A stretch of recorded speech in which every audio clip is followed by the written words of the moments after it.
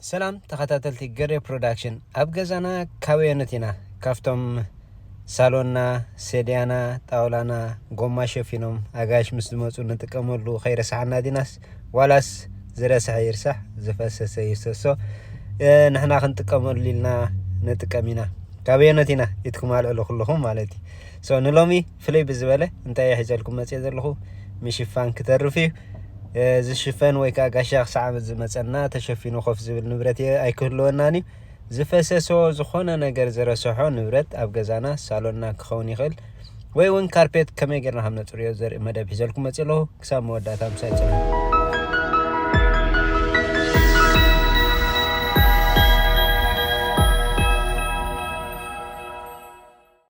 እምበር ሰላምታ ይረሳኹን ምሳኹም ዘለኹ حاوهم جري أب جري برودكشن أبز سرحة زي كل جزء سرحة ناي جزانا ويون أب جزانا خند كملهم نخيل عينات مسارحي أسمعتهم اليوم ويكا بخمي كم سرحوا زري لهم channelيو حدثتين نهر عليهم أبز جزا مقعد عن مساهم أبز جزانا كل جزء ناي جزانا نتفتاتنا نبل نثم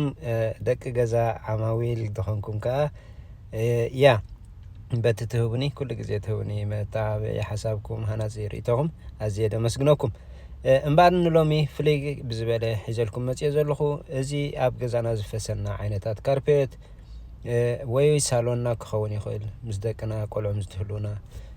كبلاشونا يخيل وي نعينات كفتنا يزدي وكفسس يخيل سو كم ذا عينات مزدقات منا انتينا نقبر مالتي كافتم شفينا نخير سحنا نتكم دينا ويون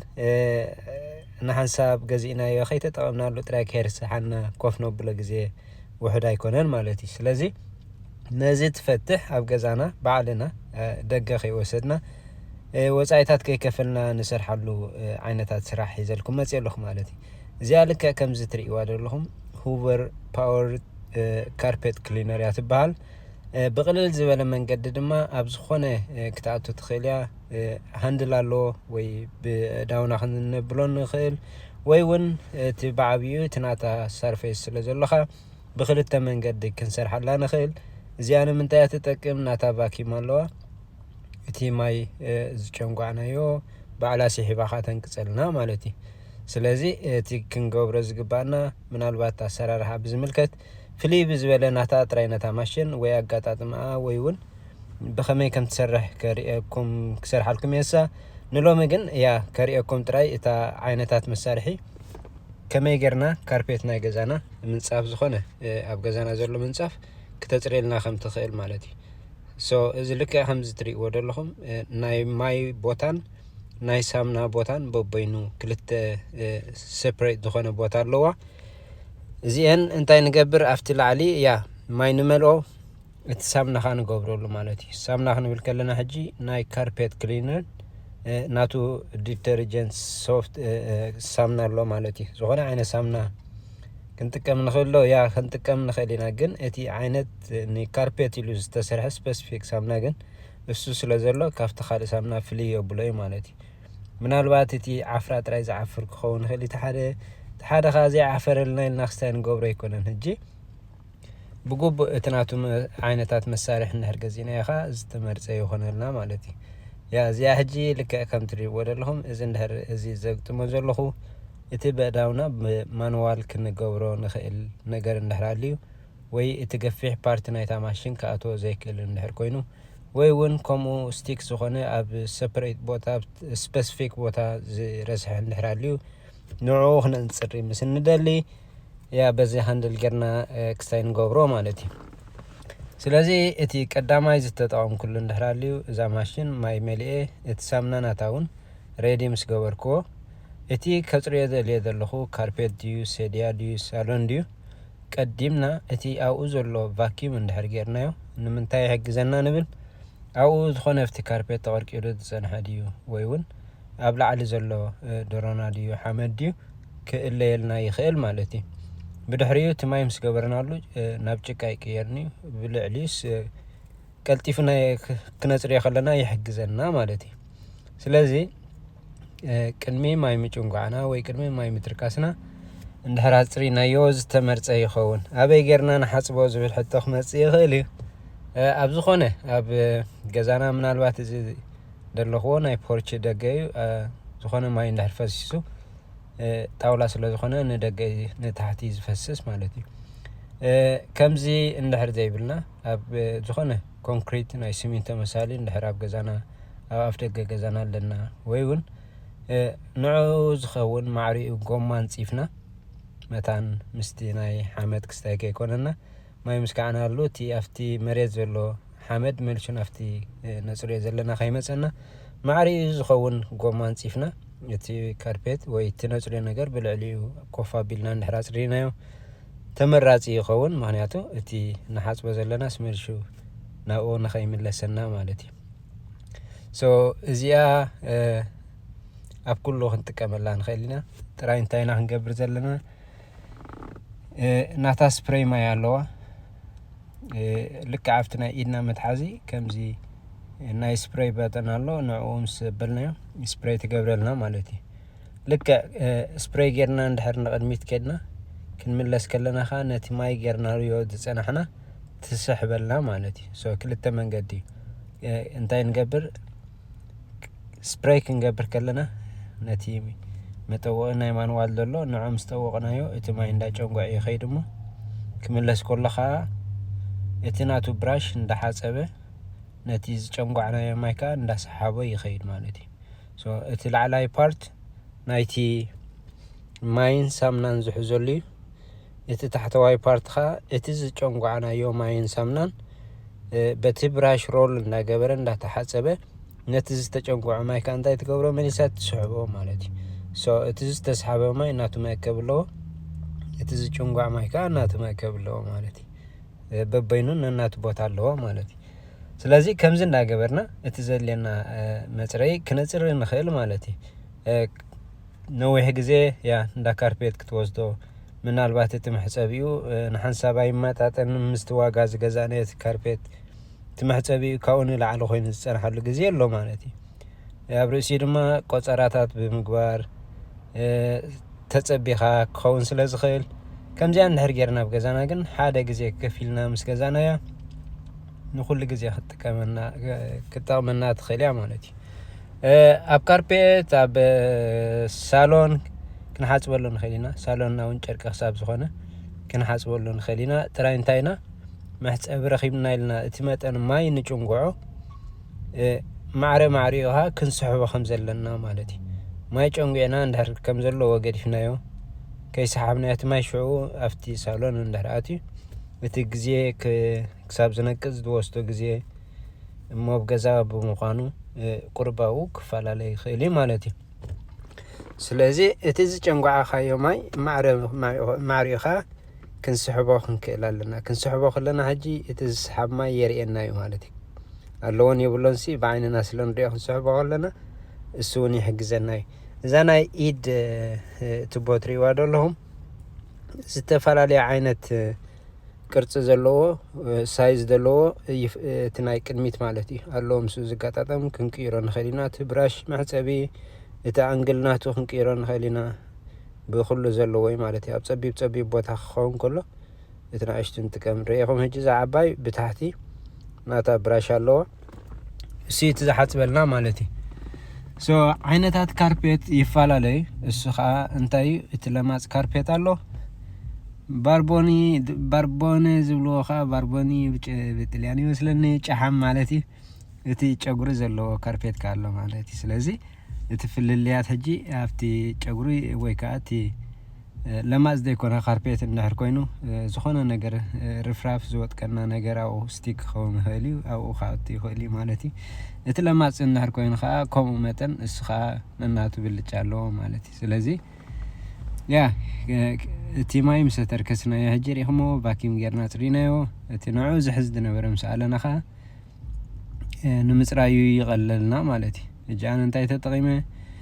እቲ ናይ ሆዝ ማይ ናይ ጋርደን ሆዝ ተጠቒመ ቅድም ኣጠልቅዮ ድሓር በቲ ናቱ ማይ ዝመልኣኽዎ ማይን ሳምናን ከዓ ብኡ እንዳገበርኩ ከዓ ከምዚ ንሪኦ ዘለና ንቕድሚትን ንድሕሪትን እንዳበልና ነፅርዮ ማለት እዩ ሶ ንቕድሚት ክትከይድ ከላ እንድሕር እቲ ማይ ስፕሬይ ጌርናዮ ልክ ኣብዛ ኢደ ሕዝያ ደለኹ ታናታ ናይ ማይ መጠወቒ ታውኣላ ማለት እዩ እሳ ክንጥዋቕ ከለና ነቲ ማይ ትጭንጓዓልና ማለት እዩ ክንመልሶ ከለና ግን ክንፍንዋ ክንክእል ኣለና ወይ ከዓ እንታይ ንገብር እቲ ክንበፅሖ ዘለና ኩሉ ማይ ምስ ኣብፅሕናሉ ጠዊዕና ምስ ተርከስናዮ ከምኣ እንዳገበርና ከዓ ንዓ ፈኒና ከዓ ሮል ንገብሮ እሞ ነቲ ማይ ኣብኡ ዘሎ ትስሕበልና ማለት እዩ እሱ ጌርና ምስ ወዳእና ማይን ሳምናን ጌርና ምስ ወዳእና ከዓ እንታይ ንገብር እቲ ናቱ ናይቲ ማይ ንቐምጠሉ ሳምና ንገብረሉን ናቱ ስዊች ኣሎ ሪንስ ዝብል ኣሎ ማይ ጥራይ ጌርና ከዓ እሱ ከዓ ሪንስ ምስ ገበርና ከዓ ሪንስ ጥራይ ዝብል ጌርና ነቲ ማንዋል ዝቕየር ኣብ ሪንስ ንቕይሮ ማለት እዩ ሓደ ዎሽ ዝብል ኣለዋ እቲ ሓደ ከዓ ሪንስ ዝብል ኣለዋ ማለት እዩ ሳምና ጌርና ምስ ወዳእና እቲ ክነፅርዮ ዘለና ምስ ኣፅረናዮ እቲ ክትርክስ ዘለዎ ምስ በፅሓልና ከምኡ ጌርና እቲ ሪንስ ቀይርና ከዓ ሽዑ ማይ ጥራይ ንገብሮ ማለት እዩ ምክንያቱ ሳምና እንድሕር በዚሕዎ እቲ ማይ እንድሕር ወሒዱ ነቲ ካርፔት የድርቆ እዩ ማለት እዩ ስለዚ ከምዚ እንዳገበርና ኩሉ እቲ ክፀርዝ ዘለዎ ከምኡውን እቲ ማይ እንድሕር ዘይበፅሖ ቦታ ልኻ በቲ ካርትሽ ወይ ከዓ እቲ ጋርደን ሆዝ ጌርና ክነተርክሶ ንኽእል ማለት እዩ እዚ ሕጂ ንምንታይ ይሕግዘና ምናልባት እቲ ናይቲ ማሽን ማይ ስፕሬይ ክንገብር ከለና ኣብ ግዚኡ ቀልጢፉ ዘይክበፅሓልና ወይ ዘይከተርክሶ ይኽእል እዩ ስለዚ እቲ ዝተጠቐምኩሉ ምክንያት እንታይ እዚ ሆዝ ከምኡ ቀልጢፉ ንኽትርክሰለይ ብኡኻ እቲ ማይ ሪንስ ክኸውን ከለኻ ይሕግዘካ ማለት እዩ ስለዚ እቲ ፅቡቕ ነገሩ እያ ከምዚ እንዳገበርና ኣተርኪስና ምስ ኣበልናዮ እቲ ሳምና እውን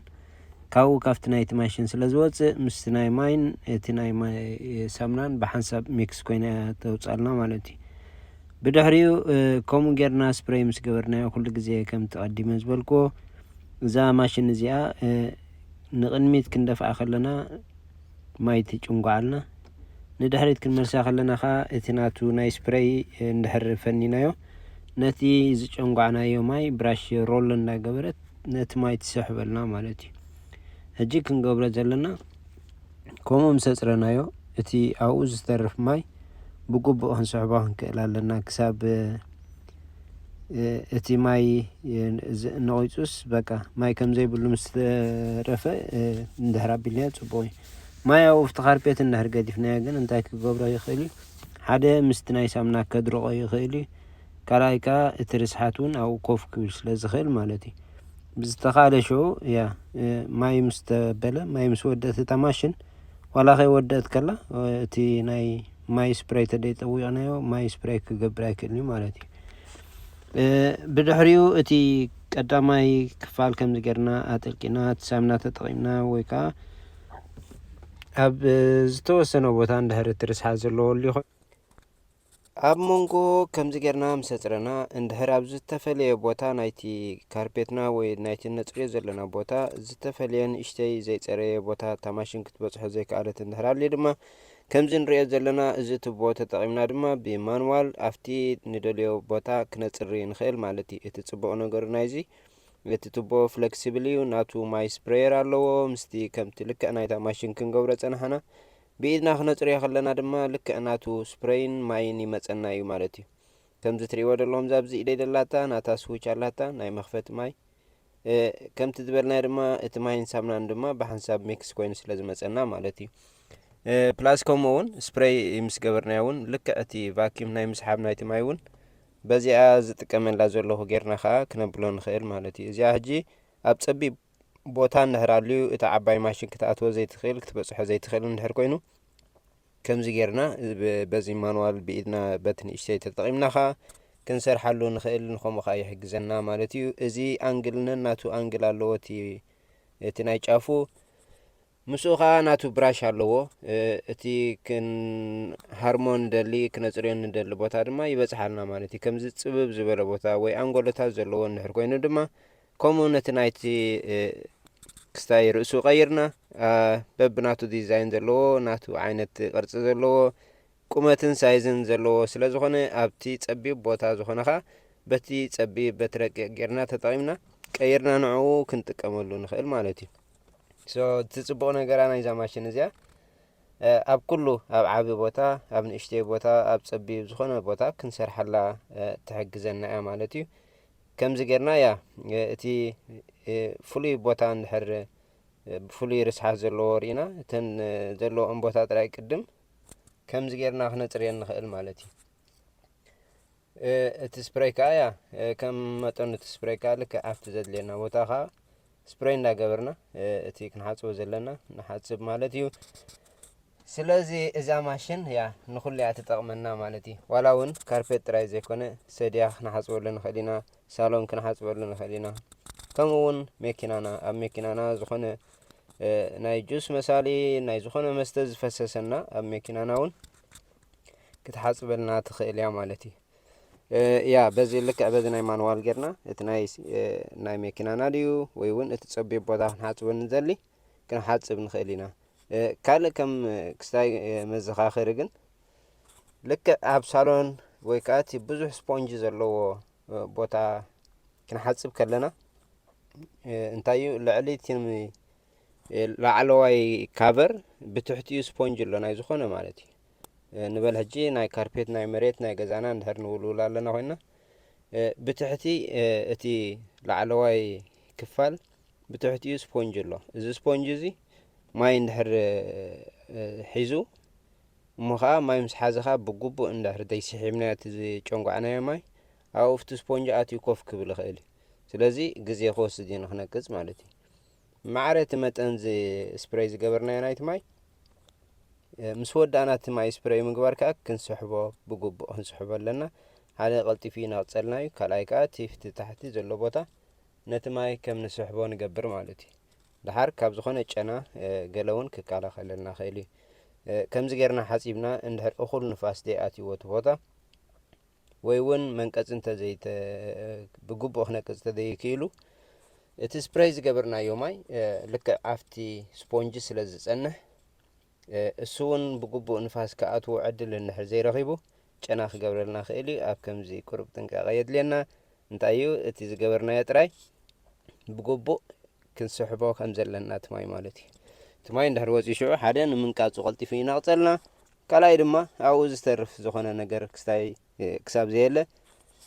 ካብ ጨና ንገላገል ማለት እዩ። እቲ ኣገባቡ ያ ማዕረ እቲ ዝጨንጓዕናዮ ማይ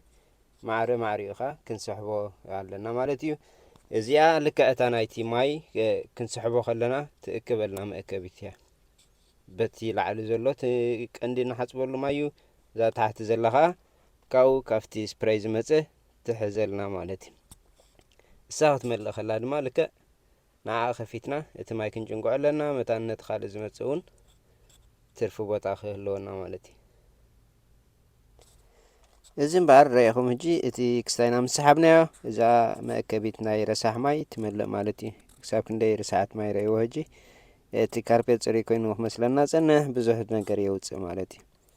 ከምዚ እንዳገበርና ድማ ያ እቲ ኣብ መወዳእና ሓጺብና ምስ ወዳእና እቲ ናይ ላዕሊ ቦታ ዎሽ ዝብል ኣሎ እቲ ሓደ ከዓ ሪንስ ዝብል ኣሎ ማለት እዩ። ሳሙና ማይ ጌርና ሓጺብና ምስ ወዳእና ኣብቲ ናይ መወዳእታ ከዓ ማይ ጥራይ መሊእና ነቲ ናይ ማይን ሳሙናን ዝነበረ ማይ ጥራይ መሊእና ከዓ እሳ ከዓ ሽዑ ሪንስ ንገብሮ ነቲ ዘሎ ናይ ሳሙና ተረፍ ዘሎ ዓፍራዲ ወይ ዘሎ ርስሓት ይስሕበልና ማለት እዩ። ነዚ ዝተረፈ ማይ ድማ ብግቡእ ክሳብ እታ ማሽን ማይ ዘይሰሓበት ሰኢልና ራን ንገብራ ማለት እዩ። እቲ ዘሎ ወይ እቲ ሒዝዎ ዘሎ ማይ ድማ ድሓር ይስሕበልና ይወፅእ እሞ ንኽነቅጽ ይሕግዘና እዩ። ድሓር እቲ ካርፔትና እውን ሳሙና ስለ ዘይተርፍ ኣብኡ ምስ ነቐጸ ኣይተርርን እዩ። እንድሕር ሳሙና ተሪፍዎ እቲ ማይ ከይጸረየ ከሎ እንድሕር ኣብኡ ከሎ ጥራይ ገዲፍናዮ ግን እንታይ ይኸውን ይደርቕ እቲ ካርፔት ከምዚ ተሪር ይኸውን። ምክንያቱ እቲ ዝተጠቐምናሉ ሳሙና ብግቡእ ኣይወፀን ማለት እዩ። ልክዕ ከምዚ ናይ ክዳን ክንሓጽቦ ከለና ሳሙና እንድሕር በዚሕዎስ ኦልሬዲ ወይ ኣብኡ ናይቲ ሳሙና ምልክት ዝገብር ወይ እውን እቲ ደረቕ ይኸውን ማለት እዩ። ስለዚ ምስ ወዳእና እታ ማሽን ሪንስ ትብል ኣለዋ። ካብ ዎሽ ናብ ሪንስ ንቕይሮ እቲ ድጅት ናቱ እቲ ዝቕየር ማለት እዩ። ብድሕሪኡ ማይ ጥራይ ጌርና ብዘይ ሳሙና ንሓጽቦ ማለት እዩ። ስፕሬይ ጌርና ልክዕ ከምታ ቀዳመይቲ ስቴፕ ዝገበርናዮ تارين استولكا يا لك كما ما يتراي غيرنا ناب كله نبصحمو بدحريو كم زي غيرنا هنسحبها مالتي ወይ እውን በቲ ካርቲሽ ትገብርናይሃ በቲ ካርቲሽ ጌርናሃ ኣብ ኩሉ ማይ ነብፅሓሉሞ በቲ ቫኪዩም ጌርናሃ ንስሕቦ እዚኣ ጽብቕት እያ እቲ ጽቡቕ ነገሩ ኣብ ዝኾነ ግዜ ብዘድልየካ ግዜ ክትጥቀመላ ትኽእል ከምኡ እውን ንእሽተይ ብምዃናኻ ኣይ ኣጸጋሚት ኣይኮነትን ተጠቒምና ኣብ ዝኾነ ስቶሬጅና ክነቐምጣ ንኽእል ማለት እዩ ካልእ ብፍለይ ዝበለኻ ኣይንስከፍን ዝፈሰና ወይ ዝከዓውና ነገር ኣይትህሉን እዩ ማለት እዩ ካብቲ ካርፔት ፍልይ ብዝበለ ድማ ሴድያ ናይ ገዛና ክኸውን ይኽእል እዩ ሳሎን ናይ ገዛና ክኸውን ይኽእል እዩ ከምኡ እውን ያ ከምቲ ዘለናዮ ሳሎንና መኪናና ክነሓፅበሉ ንኽእል ኢና ኢልና ነርና ካብታ ካርፔት ፍልይ ብዝበለት ድማ ኣብኡ ከለኹ ካልኣይቲ ከዓ ኣብ ሴድያ ጨርቂ ስፖንጅ ዘለዎ እንድሕር ኮይኑ ያ ኩሉ ግዜ ናይ መመገቢና ክሳብ ዝኾነ ካፍቲ ንገለሉ ዝኾነ ነገር ክፈሶ ናይ ምግቢ ክፈሶ ወይ እውን ዝኾነ ጁስ መሳሊ ክፈሶ ከምኡ እውን ህፃውንቲ ቆልዑ እንድሕር ሃልዮምና ከዓ ዝኾነ ክራውን ኣብኡ ክፅሕፉ ይኽእሉ እዮም ሕጂ ነዚ ካቨር ምግባር ኣየድልየናን እዩ ምሽፋን ኣየድልየናን እዩ እዚኣ ማሽን እዚኣ ንኩሉ ክትሕግዘና ስለ ትኽእል ማለት እዩ ፍልይ ብዝበለ ሕጂ ካፍታ ናይታ ትድፋእ ብማንዋል በዛ ንእሽተይ ተጠቒምና ከዓ ነዛ ሳሎን ወይ ከዓ ኣይሚን ነዛ ሴድያ ከመይ ጌርና ከም ንሓፅባ ማለት እዩ ይኹም እዚ ብራሽ ኣለዎ እቲ ናቱ ኣንግል ከዓ ክንቅይሮ ንኽእል ኢና ስፕሬየር ከዓ ኣለዎ ልክዕ ከምታ ክንጥቀመላ ዝፀናሕና ኣብዚ እዚ ሴድያ እዚ ስፖንጅ እዩ ከምዚ ንሪኦ ዘለና ከዓ ፅሑፍ ናይ ክራውን ኣለዎ ናይ ቻርኮል ኣለዎ ከምኡ ድማ ያ ናይ ኣእዳውና ናይ ዝኾነ እንጥቀመሉ ክስታይ ኣለዎ ማለት እዩ ርስሓት ኣለዎ ማለት እዩ ነዚ ሕጂ ብኡ ባዕላ ክትሓፅበልና ትኽእል እያ ማለት እዩ ኣልታትን ገዘሙ ኣብቲ ወስ ገርና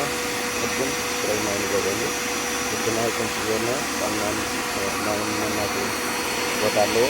ምስን ካይወጡ ከምዚ ማለት እዩ እቲ ዝበልና ሕጂ እዚ ስፖንጅ ከምታወት ስፖንጅ ካት እቲ ማይ ንገብረ ድማ ልክዕ ንዓበት ገርና ንኸርግበት ተግናዮ ወይ እውን ስፕሬይ ጌርናዮ ንኸርግበት ሓይልካን ተዘይኽእል ዘለዎ ግዜ ወሲ ድማ ካብኡ ካብቲ ስፖንጅ ሓለቱ ናውን ተፈጀርና ይኽእሉ ማለት እዩ ስለዚ ሰያራይ ወርቅ ነዊሕ ግዜ ዝጠቐምና ድዋይ ከምዚ ክኸውን ከለኻ ንስዕ ንዘለዋ ምሽፋን ጎማ ገለ ካየድህን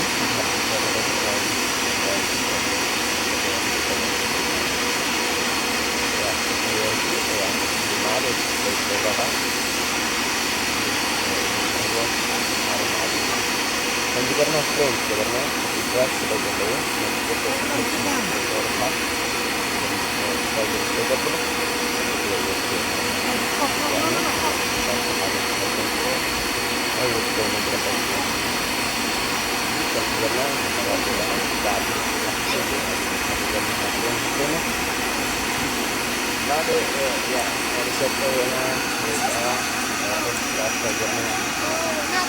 بصراحة من جديد شريتين على كده أنا كنت أتكلم عن هالشيء نزلته كان بيوصل كان ثلاثة حاجات كان هنقول إننا تعلمنا أصلي حجزتكم تتعلمون على كده سمان زملكات وكا كانوا يقولوا كل كده عليهم بقول وكانوا يقولوا هذا وانا كلمة internationally እንደሆነ ካብ አማዞን ኦርደር ተደርጎልናል እንደهرا ይደርሳል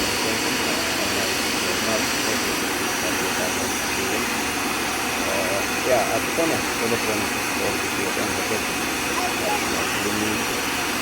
ያ አውሮፓ ማለት ታዲያ